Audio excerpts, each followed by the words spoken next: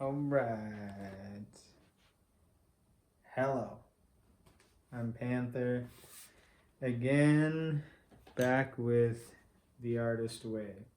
All right, so I just want to be consistent with this. I probably shouldn't use this so that's not shaking. I want to be consistent with this. I'm already working on week 2, but I just want to go over week 1 and kind of some of the stuff that I did. So, we talked about the basic tools last time. Let's jump into chapter 1, which is recovering a sense of safety. So this initial chapter, I'm just going to run through kind of like the basic essays. First one is shadow artists. This is just talking about artists who live in the shadows, who live out their artist dreams through others, but never actually do it themselves. One that I underlined here, very often audacity, not talent, makes one person an artist and another a shadow artist. Hiding in the shadows, afraid to step out and expose the dream to the light, fearful that it'll disintegrate to the touch. So I really like that. Very often audacity, not talent, makes one person an artist and another a shadow artist. Because I feel like that's what I've felt in the past, maybe, is that, oh, they're an artist because they're super talented, and the older I get, it seems that it's not really talent that makes a person an artist or makes a person prolific as much as their audacity, just their willingness to say, hey, this is what I got, so I'm putting it out, which is what I'm doing here. All right, so shadow artists. Good stuff there. Protecting the artist child within, which was another good essay. Moving slow, not moving too fast when it comes to creative recovery. Let's see, what else did I point out? Oh yeah, I really love this one. So remember that in order to recover as an artist, you must be willing to be a bad artist. Give yourself permission to be a beginner. By being willing to be a bad artist, you have a chance to be an artist, and perhaps over time a very good one. When I make this point in teaching, I am met by instant defensive hostility. Quote, but do you know how old I'll be by the time I learn to really play the piano / act, paint, write a decent play? The answer is yes. The same age you will be if you don't. So let's start. Yeah, it's just never too late. So, your enemy within, core negative beliefs. That was discussing just using the morning pages to discover what some of our core negative beliefs are, writing them out, and then writing out the opposite so that we can, kind of unpack those. Your ally within, affirmative weapons. So this is talking about creative affirmations and using those.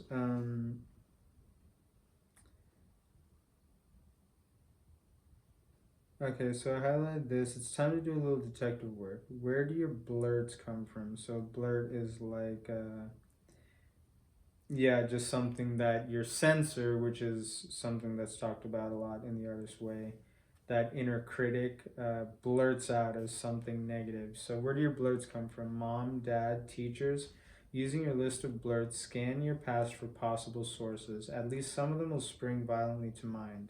One effective way to locate the sources is to time travel. Break your life into 5-year increments and list by name your major influences in each time block. Okay, so I actually need to do that one again because I did that one in the past. It's not technically one of the tasks, but I found that really helpful, is to just break my life down into 5-year increments and name the major influences in each time block. I should do that one again. But anyway, it's super cool. Okay, and so then that comes towards the end. Creative affirmations. These are really cool, so I'm going to read them. I'm a channel for God's creativity, and my work comes to good. My dreams come from God, and God has the power to accomplish them. As I create and listen, I'll be led. Creativity is the Creator's will for me. My creativity heals myself and others. I'm allowed to nurture my artist. Through the use of a few simple tools, my creativity will flourish. Through the use of my creativity, I serve God. My creativity always leads me to truth and love. Just making sure we're still recording. So, keep going. My creativity leads me to forgiveness and self forgiveness. There's a divine plan of goodness for me. There's a divine plan of goodness for my work. As I listen to the Creator within, I am led. As I listen to my creativity, I'm led to my Creator. I'm willing to create. I'm willing to learn to let myself create. I'm willing to let God create through me. I'm willing to be of service through my creativity. I'm willing to experience my creative energy. I'm willing to use my creative talents. So, great stuff. Okay, so a few of the tasks. That was kind of long, so I think I'll just focus on the tasks. I don't know. I'm just thinking out loud. Okay, so the tasks. There are 10 tasks in this week. Yeah, 10 tasks and then a check-in. Again, like I said, I usually only do about like half of the tasks, and so I'll just go over the ones that I did. So the first one is every morning to pretty much write your morning pages, which of course I checked that off because I've been doing that since 2019. I love my morning pages. Okay, second one, take myself on an artist date, which I did do. Like I said before, I'm pretty terrible at the artist dates, and so generally, since the beginning of doing this, I've gravitated towards just going to the dollar store as a fallback. If I'm ever in doubt and I need to do an artist date, I just go to the dollar store, spend a couple bucks, just look around and find something that catches my interest, even if it's just buying like a couple candies, like some pack of Twix or something, which I did today. I went to the dollar store, bought some more candy, got a couple more canvases. I'll show you some of the stuff I've been working on, but yeah, I've just been buying these cheap canvases because it's just like low pressure. I can, mess around on them and not really worry too much about like, oh, I just ruined, I don't know, however much a regular price canvas is. Okay, so artist date. So yeah, I went to dollar store, and I bought those canvases. Actually, another set of canvases for the first time, and I used this ink composite that I've been using on it. Anyways, super cool effect. I'll show that to you later. But yeah, artist date. Okay. So 3 was time travel. List 3 old enemies of your creative self-worth. Please be as specific as possible in doing this exercise. Your historic monsters are the building blocks of your core negative beliefs. This is your monster hall of fame. More monsters will come to you as you work through recovery. It's always necessary to acknowledge creative injuries and grieve them. Otherwise, they become creative scar tissue and block your growth. So, I'm not going to name my old enemies list or my monster hall of fame, because they're people that I know and people that might watch this, although I doubt any of the people on this list would watch this. But suffice it to say, they include a lot. I've got maybe like 8 people on here, and they're pretty much comprised of family members, like close elder family members who are maybe like critical of like my interests, and old bosses. They are definitely on my old enemy list. So yeah, they made it on there. And then time travel I didn't do. Writing a letter to the editor I didn't do on this round. I did do number 6, time travel, listing 3 old champions of your creative self-worth. So this exercise was now the opposite. Finding 3 people that really, have been a champion of my self-worth over my life, and writing those people out. And so I will name those. That includes my mom and Prakash. I guess maybe I shouldn't like say names.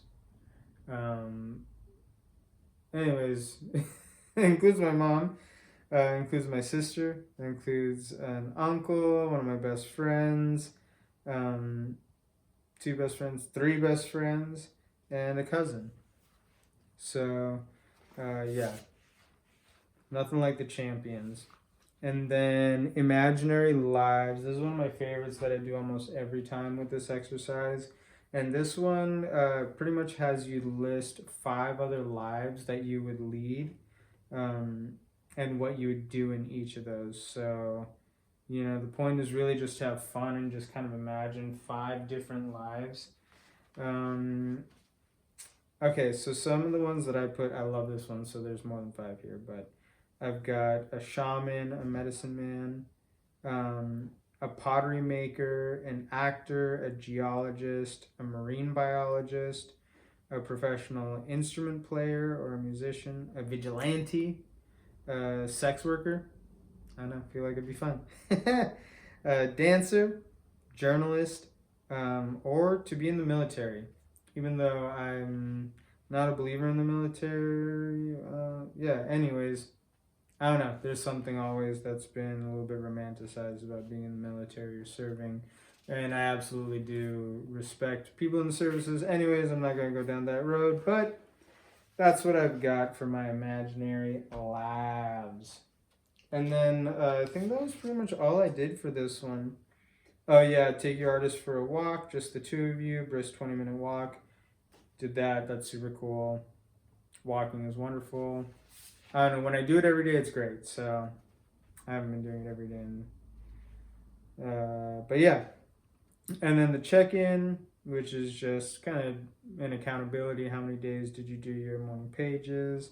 Did you do your artist date? And then any other issues this week that were you would consider significant for your recovery. So anyways, that's week 1. We're now going on to week 2 next. I just finished the reading portion, so now I'm working on the task, but this one is recovering a sense of identity. Reading it upside down. Anyways, thanks for joining me. Oh yeah, I wanted to show you a little bit of my art, and then I'll let you go. So yeah, those canvases. Okay, so this is the first one that I did. I call him Long Neck. So this is that ink composite that I've been working with recently over the last month or so. Mixing ink with a couple other ingredients to kind of create like this silly putty that dries really interestingly. This guy's another one that I did on one of those canvases. This is the shepherd's coat.